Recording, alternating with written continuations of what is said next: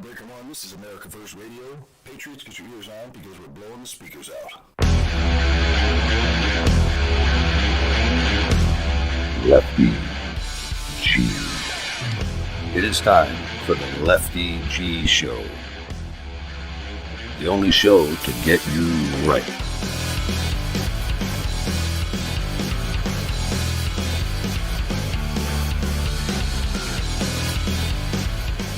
Get ready to get right with Lefty. Your voice taking you down Freedom Road. Now, here's your host, Lefty G. Let's hit the fucking road!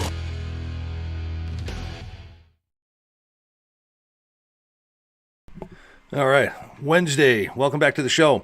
You know, it's funny. Tonight's topic is going to kind of prove a point here of the turning of the tides, especially when it comes to not only just Kamala Harris, but the Democrats in general as far as coming up to this election. And here we are, Wednesday, Hump Day. So let's get into this because we got some pretty interesting topic I thought I'd dig up for you and bring around. But let me start with this. If you guys ever think to yourself about racial equality in this country, right? We've heard all this stuff, thrown around. Some of it very belligerent. Others by Thomas Sowell and other people, very intelligently said. But when you think about racial equality, what political group do you guys really think about? What political party comes to mind? Is it the Democrats? Is it the Republicans? Because let me tell you something. Maybe this is something you guys don't know. But since its founding in 1829, the Democrat Party has fought against every single, not most, not some, but every single major civil rights initiative and has a long history of discrimination. And the Democrat Party themselves has defended slavery. They started the Civil War. They opposed Reconstitution and Reconstruction. They founded the Ku Klux Klan. They imposed segregation. They perpetrated lynchings and fought against the Civil Rights Act of the 1950s and 1960s. So, in contrast to that, maybe you guys don't know, the Republican Party. Are they perfect? No. But when it comes to this, they're batting 1,000. But in contrast to the dummy craps, the Republicans, who was founded in 1854, and they were solely founded only as an anti-slavery party. Their first initiative as a political movement, a political party, was anti-slavery. There you go. Plain and simple. Its mission was to stop the spread of slavery into the new Western territories with the aim of abolishing it entirely. Let me say that again. Abolishing it entirely. So this was their whole modus operatus, their whole MOS for coming into being. And you think of this as, what did we have to do to get to this point now? The awakening, as I'm going to call it. The slavery question, it was ultimately resolved by a bloody civil war. The commander-in-chief, Abraham Lincoln, a Republican. And, 6 days after the Confederate Army surrendered, what did they do? John Wilkes Booth, a Democrat, shot and killed him. And Lincoln's vice president, a Democrat, a guy by the name of Andrew Johnson, assumed the presidency. And what did this asshole do? Well, Johnson and the Democrat Party were unified to their opposition to the 13th Amendment, which abolished slavery. The 14th Amendment, which they also fought against, was to not allow blacks to be citizens. So, and also gave them the right to vote, to recognize them as citizens. And here's the thing. During the Roosevelt era, federal troops stationed in the South helped secure rights for the newly freed slaves. Reconstruction, not Roosevelt. Hundreds of black men were elected to southern states. All of this happened due to Republicans. The progress that has happened in the African American community was due to Republican initiatives. Again, the whole party was put into place. And this is why the title of the show tonight here, guys, and look this up for yourself. There's more to get into than that, but I don't want to get into all of it because I want the show to be about the election that we're right around the corner with. And this is why I decided to call the show Blackout on Harris. I don't know if you guys have been hearing this, but recent and a lot of data, and of course the mainstream media is not talking to you about this, but black men, specifically black men, ages 18 to 44, hate Kamala Harris. And this all really started with Obama. And I know I brought up Obama in yesterday's show, but go ahead and take a look at that later on or after this, and if you missed it. But this whole thing really started with Obama, who had a plus 81 approval point / rating among black men in 2012. Now, Harris in 2024, 12 years later, is only plus 41 points. And really, this is his fault, because he made promises to this community. He bribed them with Obama phones. He did nothing for the black community ultimately, and the Democrats could potentially lose, and they're already slanting that way, millions of black voters for decades to come because of our first half-white president. And I think that's one of the best things that Obama has ever done. And, quite honestly, we're seeing the trend now. Hence the name of the show tonight, Blackout on Harris. And so, welcome to your nightmare, Democrats. This is your internal fears all exposed. And we all know that behind closed doors. Behind closed doors, when Kamala's not around and Obama's in a meeting, let's just pretend here for a second. And who could he possibly be in a meeting with? Schumer, maybe the Clintons, definitely not Biden. I mean, Biden wouldn't fucking know he was in a meeting versus an ice cream shop at this point, but you get the picture. Obama is in this so-called meeting, and think about it. They're panicking right now. The Democrats, from soup to nuts, are panicking right now because they don't have a Superman. They don't have a Batman. Who's going to be their savior for the Dems? They don't have an Elon Musk who can save them from themselves. And Zuckerberg, fuck Zuckerberg. That guy he blew his wad back in 2020. He's nothing anymore. The Libby Lou-Who's are drowning in their own sewer, and not a dinghy in sight to save them. And I say good. And we're watching their previously main voter base deteriorate and by choice walk away from the Democrat Party. And do you all remember that footage? I don't know if you guys remember this, but there was this footage when Trump went to some restaurant. It was a fast food restaurant. I don't remember which one it is now, where he chatted with workers and treated customers to chicken and milkshakes and all that kind of stuff. And a video of a black woman embracing Trump went viral, and she said something to the effect of, "I don't care what the media tells you, Mr. Trump," she said, "we support you." That "we" was an overarching statement of the black community. And I got to tell you, you know what? This made me understand something that I heard a long time ago, that God does believe in irony. But the fact is, black America has very little to show, I should say, for its unwavering faith in the Democrat Party. Again, the party of slavery.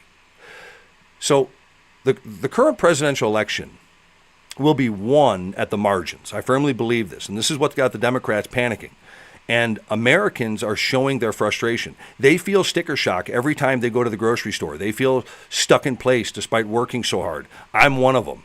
They sense that the political elite are more concerned about representing their well-heeled friends than the average person, like people like you and me, folks. And that's what part of this show, that's what spawned part of the show is all about. They're tired of culture war issues that pander to extremes to the both right and left. And I got to say, I'm that person right there too. That's why I put myself behind this Best Buy microphone, and I'm talking the way that I am. And I thank every single one of you for being here with me 5 nights a week. But simply put, African Americans are Americans, and I think if you really want to get past the whole racism thing, let's get rid of the hyphenated American thing. I'm not an Irish American. I'm an American. Let's stop fucking calling people Chinese American and African American, because you know what? The hyphenated America, I think, is but again, that's another construct by the dummy craps. But back to that point, African Americans are Americans, and this is the whole point of this show tonight. Blackout on Harris. These folks have had a growing sense that things have only gotten worse over the past few years. And that's why black voters are slowly turning away from the dummy craps. 4 years ago, when then candidate Joe Biden lectured his supporters about black authenticity. Remember when he said that if you have a problem figuring out whether you're for Trump or me, then you ain't black. Remember that racist trope of a line? Remember that when that demented fuck you had to say that? And again, the mainstream media had nothing to say about that.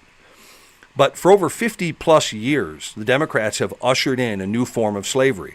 And it may not include, physical chains, or collars or anything like that. And you've heard me kind of bring this up on previous shows, but it is a form of slavery, and that's welfare.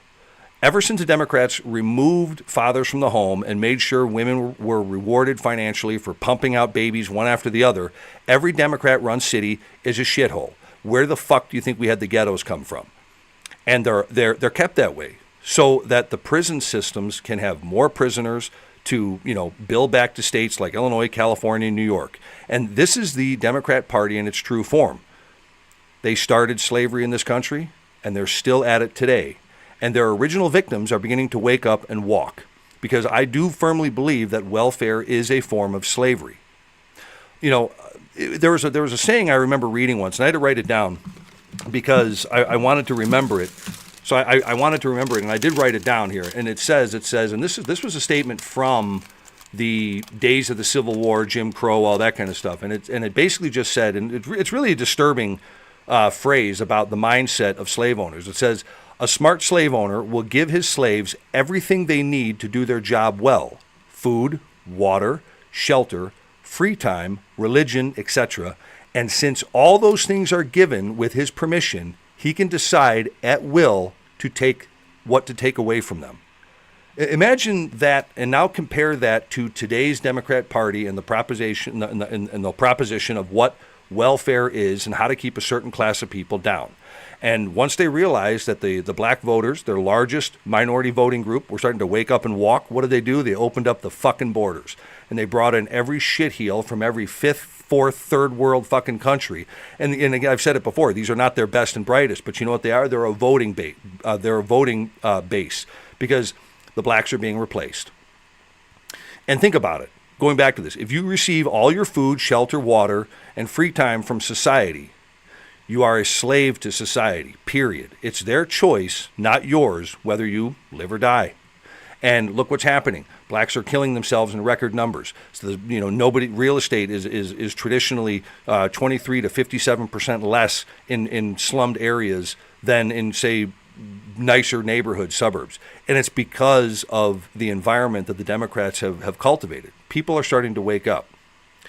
I don't know if you guys, I'm going to go back in time here a little bit, but there was a guy that I remembered that I liked a lot. His name was Tom Scott. He was a former Republican presidential candidate back when, Trump was running, and he had a lot of really interesting stuff to say. And he was an African American, by the way.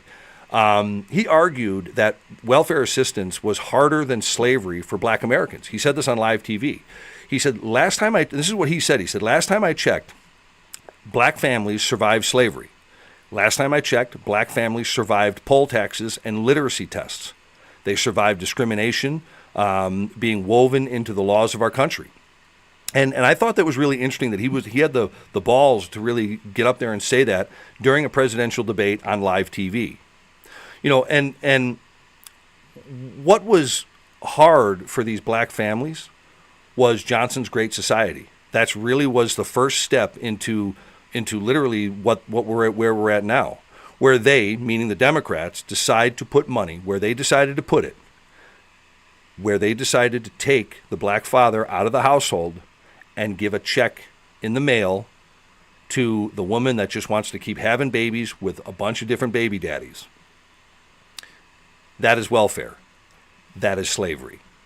But again, all of this, all of the Obama promises didn't come to fruition for so many black folks. And I'm bringing it back now here. The history lesson is sort of over.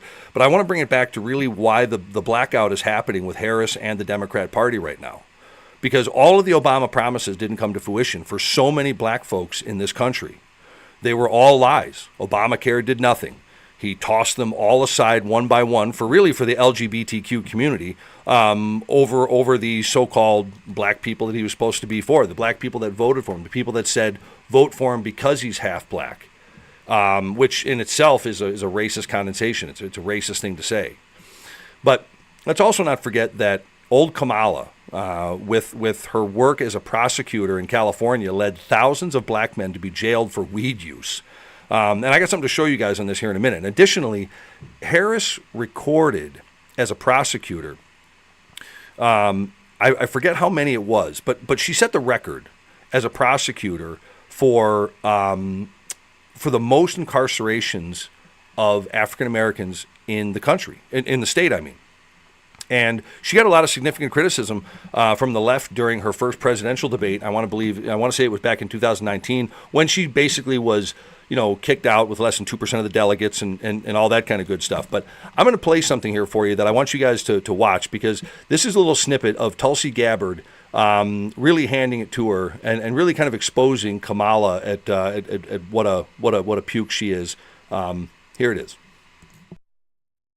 Cameras on special agents in the state of California, and I'm proud of that work. I want to bring in Congresswoman Gabbard. Congresswoman Gabbard, you took issue with Senator Harris confronting Vice President Biden at the last debate. You called it a, quote, false accusation that Joe Biden is a racist. What's your response? I want to bring the conversation back to the broken criminal justice system that is disproportionately negatively impacting black and brown people all across this country today. Now, Senator Harris says she's proud of her record as a prosecutor and that she'll be a prosecutor president, but I'm deeply concerned about this record. There are too many examples to cite, but she put over 1,500 people in jail for marijuana violations and then laughed about it when she was asked if she ever smoked marijuana. She blocked evidence. She blocked evidence that would have freed an innocent man from death row until the courts forced her to do so. She kept people in prison beyond their sentences to use them as cheap labor for the state of California. And she fought to keep cash bail system in place that impacts poor people in the worst kind of way. Thank you, Congresswoman. Senator Harris, your response. As the elected Attorney General of California, I did the work of significantly reforming the criminal justice system of a state of 40 million people, which became a national model for the work that needs to be done. And I am proud of that work. And I am proud of making a decision to not just give fancy speeches or be in a legislative body and give speeches on the floor, but actually doing the work of being in the position to use the power that I had to reform a system that is badly in need of reform. That is why we created initiatives that were about reentering former offenders and getting them counseling. It is why, and because I know that criminal justice system is so broken, that I am an advocate for what we need to do to not only decriminalize, but legalize marijuana in the United States. I want to bring Congresswoman Gabbard back in. Your response. The bottom line is, Senator Harris, when you are in a position to make a difference and an impact in these people's lives, you did not. And worse yet, in the case of those who were on death row, innocent people, you actually blocked evidence from being revealed that would have freed them until you were forced to do so. There is no excuse for that. And the people who suffered under your reign as prosecutor, you owe them an apology. Senator Harris. My entire career, I have been personally opposed to the death penalty, and that has never changed. And I dare anybody who is in a position to make that decision, to face the people I have faced, to say, I will not seek the death penalty. That is my background. That is my work. I am proud of it. I think you can judge people by when they are under fire, and it's not about some fancy opinion on a stage, but when they're in the position to actually make a decision, what do they do? When I was in the position of having to decide whether or not to seek a death penalty on cases I prosecuted, I made a very difficult decision that was not popular to not seek the death penalty. History shows that, and I am proud of those decisions. Senator Harris, thank you very much. Senator Bennett, a question for you. Why are you the best candidate to heal the racial divide that exists in this country today, which has been stoked by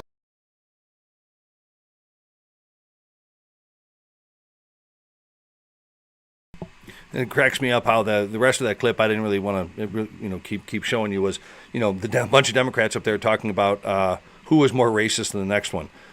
It was pretty fucking ironic. But it's funny. Look, let me say this as a side part before I continue my rant here and wrap up the show. But look, Ronald Reagan, like Tulsi Gabbard, was once a Democrat. And when Reagan became a Republican, I would say that he was one of our best presidents we ever had. Definitely my favorite president was Ronald Reagan. And I would suggest everyone looking at Tulsi for a future presidential run again. Don't take your eyes off her. I think we got a real winner with her. I really do. So back to this. So Democrats don't like black voters, and it's historically anti-black policies have shown, and people are waking up. The Democrat presidential candidates are the same ones that furthered the system of inequality for black people. Every single presidential candidate and president that we've had.